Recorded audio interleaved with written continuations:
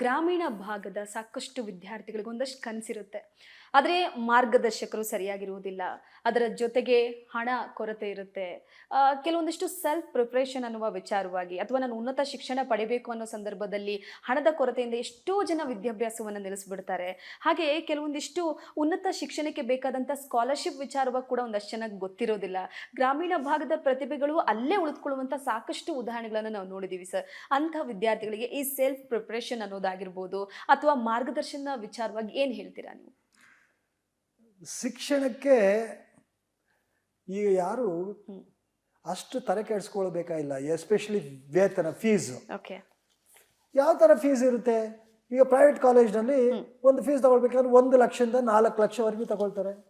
Government ಕಾಲೇಜ್ನಲ್ಲಿ ಒಂದು 40,000, 25,000ದಿಂದ 50,000ವರೆಗೂ ಇರುತ್ತೆ. ನೀವು ಗೌರ್ಮೆಂಟ್ ಕಾಲೇಜ್ಗೆ ಹೋಗಿ 40,000 ರೂಪಾಯಿಗೆ ನಿಮಗೆ, if you are from SC, ST, OBC, you are free education. ಈಗ ನಮ್ಮ ವಿಶ್ವೇಶ್ವರಯ್ಯ ಕಾಲೇಜ್ನಲ್ಲಿ ಓದ್ತಾ ಇರೋರಲ್ಲ, 60% of the students free education. Okay.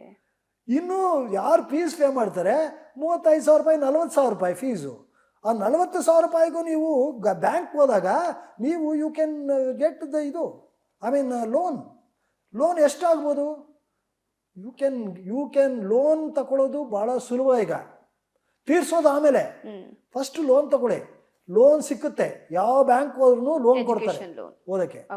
ಇದು ಇಲ್ಲ ಅಂದ್ರೆ SC, ST, OBC ತಲೆ ಕೆಡ್ಸ್ಕೊಳ್ಳೋದೇ ಬೇಕಾಗಿಲ್ಲ. ಅವರು ಸ್ಕಾಲರ್ಶಿಪ್ ಪೋರ್ಟಲ್ಗೆ ಆಗ್ಬೋದು. ನ್ಯಾಷನಲ್ ಸ್ಕಾಲರ್ಶಿಪ್ ಇದೆ, ಸ್ಟೇಟ್ ಗೌರ್ಮೆಂಟ್ ಸ್ಕಾಲರ್ಶಿಪ್ ಪೋರ್ಟಲ್ಸ್ ಇದೆ, ಮೈನಾರಿಟಿಗಿದೆ, OBCಗಿದೆ, SCಗಿದೆ, STಗಿದೆ, ದೆನ್ ಎಕನಾಮಿಕಲಿ ಬ್ಯಾಕ್ವರ್ಡ್ ಅವ್ರಿಗೂ ಇದೆ. ಇದೆಲ್ಲ ಬಿಟ್ಟರೆ ಬ್ಯಾಂಕ್ನಲ್ಲಿದೆ.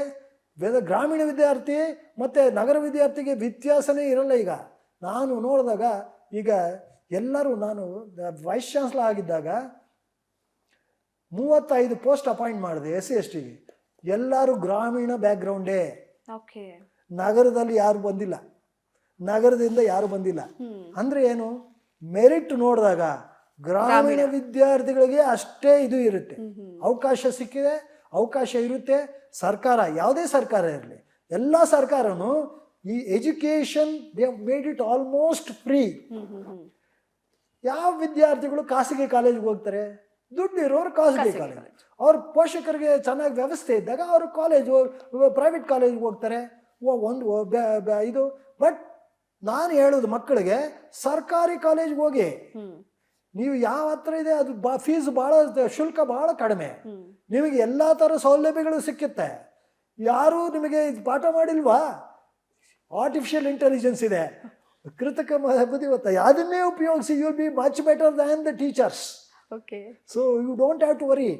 ನಿಮಗೆ ಅಡ್ಮಿಷನ್ ಸಿಗ್ಬೇಕಷ್ಟೇ. ಅಡ್ಮಿಷನ್ ಆದಮೇಲೆ ಪ್ರಯತ್ನ ನಿಮ್ಮದೇ. ಫೀಸು ಭಾಳ ಕಡಿಮೆ ಇದೆ. ಯಾವುದು ನಮ್ಮ CET ಫೀಸ್ ಕಡಿಮೆ ಇದೆ. ಬಟ್ ಅದಕ್ಕಿಂತ ಇದು ನಿಮಗೆ ಲೋನ್ ಸಿಕ್ಕುತ್ತೆ. ನಿಮಗೆ ಅನುಕೂಲವಿದಾ? ಬೆಸ್ಟ್ ಕಾಲೇಜ್ಗೆ ಹೋಗಿ ಸೇರ್ಕೊಳ್ಳಿ. ಖಾಸಗಿ ಕಾಲೇಜು ಚೆನ್ನಾಗಿ ಕಾಲೇಜ್ ಇದೆ ಅಲ್ಲ, ಆ ಕಾಲೇಜ್ಗೆ ಹೋಗಿ ಸೇರ್ಕೊಳ್ಳಿ. ಸೊ ಇದು ಆರ್ಥಿಕ ಪರಿಸ್ಥಿತಿ ಅಡಚಣೆನೇ ಇಲ್ಲ ಈಗ ವಿದ್ಯಾರ್ಥಿಗಳಿಗೆ ಶಿಕ್ಷಣಕ್ಕೆ.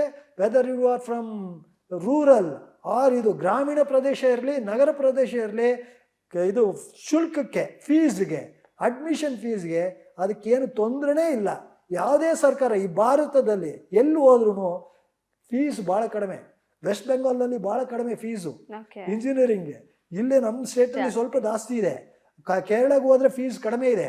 ಸೊ ಫೀಸ್ ವಿಷಯದಲ್ಲಿ ನಾವು ಏನು ತಲೆ ಕೆಡಿಸ್ಕೊಳ್ಳೋದಿಲ್ಲ. ನಮಗೆ ಎಲ್ಲ ಥರ ಸೌಲಭ್ಯಗಳು ಸರ್ಕಾರ ಒದಗಿಸಿದೆ. ಮತ್ತು ಬ್ಯಾಂಕ್ ಸಹಕಾರ ಭಾಳ ಸುಲಭವಾಗಿ ಸಿಕ್ಕುತ್ತೆ. And secondly, students you should not get worried about fees. First choose subject and college.